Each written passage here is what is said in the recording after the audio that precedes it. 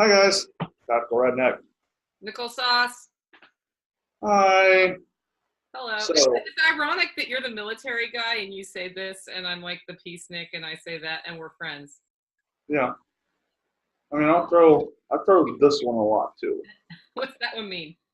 It's kind of like the gesture to all of my friends that are like peace. It's like kind of the same. Yeah, hey,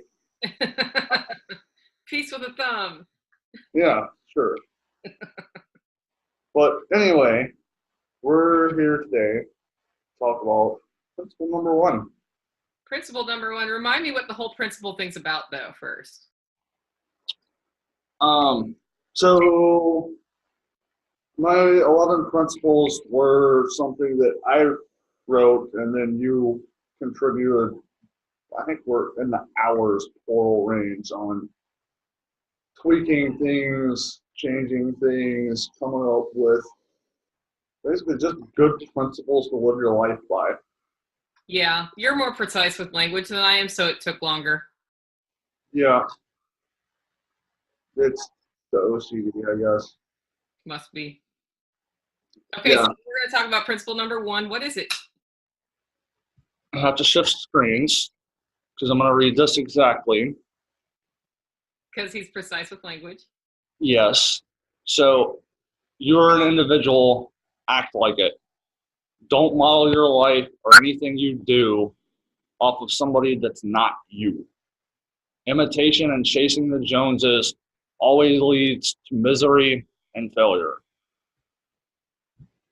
Okay, well, that's pretty deep right there. Is that like amendments to the Constitution, like it's first for a reason?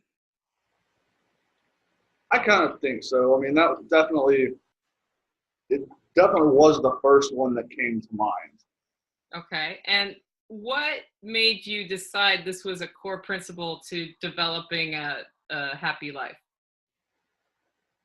I mean, for me, I've never been the type of person that fits into any social norms or follows any trends or everybody's wearing the jean jackets, which was a thing in the 90s, and I never wore a jean jacket in the 90s. I got one when I lived in Maine because it was warm, but I never did it because it was like a fashion thing. Hmm. And a lot of the people that I've seen throughout my life that try to do that type of thing, they wear the cool clothes or whatever the case might be. It's like they're miserable. They're not enjoying their life. They're uncomfortable. They're doing stuff that's not them. Like, do you be an individual? You are an individual. Act like it. Like, Yeah. don't try to do what somebody else thinks that you need to do. Yeah, at the same time, though, and I am a person who started my life down a path where I was living it according not so much the expectations of any one person, but according to what the usual thing is. You go to college, you get a job, you, you know, pay your student debt off because you have to give the debt to go to college, you get an apartment, you get married, you buy really like that whole, that path, right? Yeah. I started out down that path and was, hated it. And one day I woke up and changed it. But if I hadn't woken up, I'd still be living that life. And I think about how sad that would be. What's the difference between that though? And in order to go from where I was at that time to having more control over the decisions of my day to day and what I'm doing and how I'm living, I have followed mentors probably for 20 years. And what's the difference between following a mentor and living your life according to what other people are doing? Because I am modeling after mentors. Yeah, and I mean, same here. And I look at some of the stuff that other people are doing in regards to what I'm trying to do, like ITS Tactical is a good example. But those guys are putting out a blog post every day. Yeah. I'm lucky if I get a blog post out a month. So obviously, if I tried to put a blog post out every day, it would be a massive failure, especially considering the fact I'll do like an initial draft And then like the second draft, I'll edit it to where it'll almost be not the same thing. I've actually deleted entire paragraphs out of an initial draft. Like I would lose my mind. But the concept, when you narrow it down, is they're putting out content on a schedule. Mm-hmm. So I'm trying to do that with the YouTube channel. I'm taking this concept that they have and applying it to what I'm doing. I'm not trying to use their business model. Right. And although if there's a good business model to copy, I do recommend copying them if it's in a business that you like. yes. And I mean, obviously I've taken a lot from you, things that you do, the way that you approach certain things, but I'm still not trying to replicate what you're doing. I don't have a product that I put out on a regular basis. Right. I actually prefer kind of specialized custom stuff that, it's here and then it's not. Mm-hmm. So I prefer that model instead of having one thing that's there consistently. Right. No, So, it makes sense. But you're yeah. still stealing ideas from me, right? Oh, absolutely. Awesome. I steal them from you too. That's Yeah. part of the fun. Okay. So one of the things we talked about before we jumped in here is how a lot of successful people have faced adversity or had a lot of negative, like you can't do that sorts of things. And it's only because they stubbornly do what they think is right that they're successful. And one that comes to mind is the founder of Dell Computers, who was supposed to go to college and get a degree in business or something useful and then start his business. When he got out of high school, instead of going to college, he started Dell. And he was like, I'll figure the rest out. And his parents and the community tried to pressure him into doing it. He didn't. And guess what? Dell. He did fine. Yeah. Then that company is still around and making lots of money. Yeah. Yeah. No comment on the quality of the computers, but yeah, we won't go there. But example that I like to go to is the Wright brothers. Yeah. Their father was actually, I believe it was a Presbyterian pastor, and he stood up at a pastor's conference and went on a rant that if God wanted man to fly, he would have given us wings. And then a couple of years later, his two sons flew the first aircraft. And right. Now I can get on a 737 and fly from here to Nashville. That's easier said than done, I hear. Sometimes. I might have gotten stuck in the Charlotte airport overnight, but minor details, right? Yeah, I guess you did eventually get on that bird, right? Yeah, eventually. That was actually 3 plane rides for that trip in one direction. Yeah, every time you add a transition, it just increases your chance of being stuck somewhere on a plane. Yeah. Yep. But, I mean, the point of that for me is like, these two brothers went against everything that everybody in society was saying. Mm-hmm. But they knew this will work. We can make this work. And they did it. They didn't listen to anybody else. They did what was done. So, yeah, that makes sense.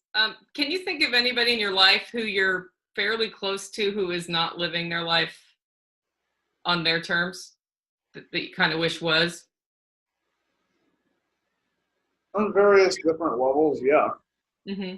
I've known a good number of people that in some aspect of their life, they're trying to, go do the college thing or, getting into a relationship, and I look at the relationship and I'm like, no. Yeah. No, this is going to end badly. Okay, think of one of those people. You have one in mind? Okay. If they came to you and said, okay, I just read your first principle. I've just realized I need to figure out how to start doing this for myself, but I am where I am in my life. How do I get started? What would you tell them? Like, how would you tell them to get started on doing this, because like it's a little shocking to quit everything and just go full bore, and that may not be the best way to do that kind of transition.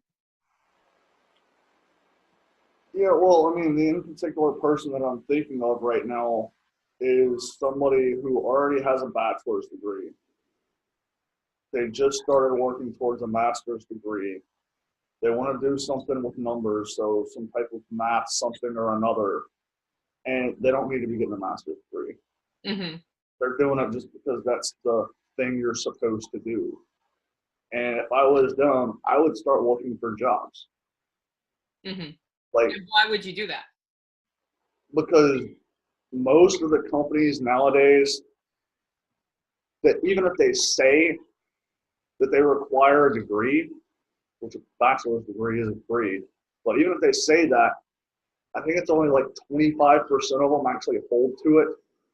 Mm-hmm. Somebody comes in that can do the job, they'll hire them.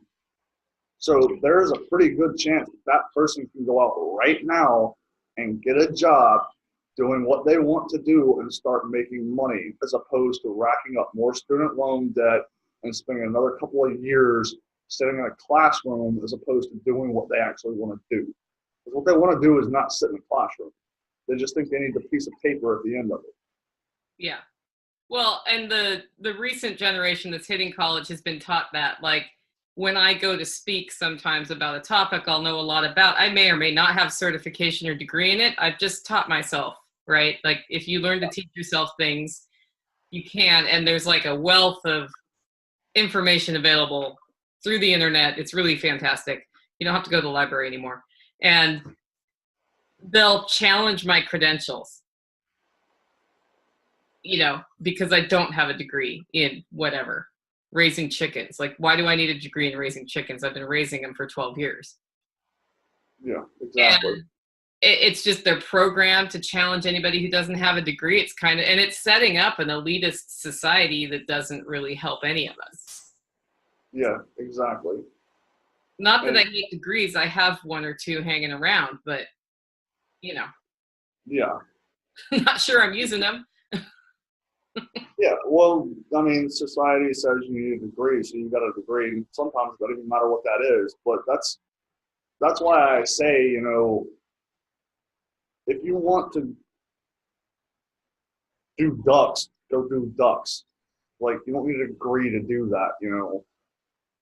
I know people that are in management positions at multi-million-dollar companies that don't have a degree. But those are the types of people that say they like computers.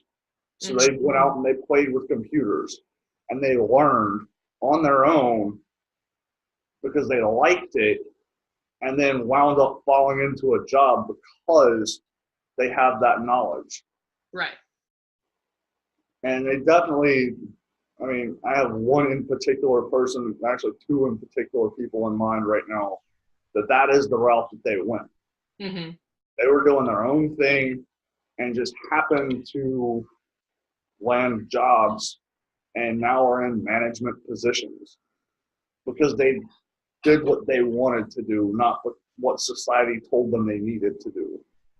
Makes sense. Okay, well, that was a good fireside chat. Principle 1 is what?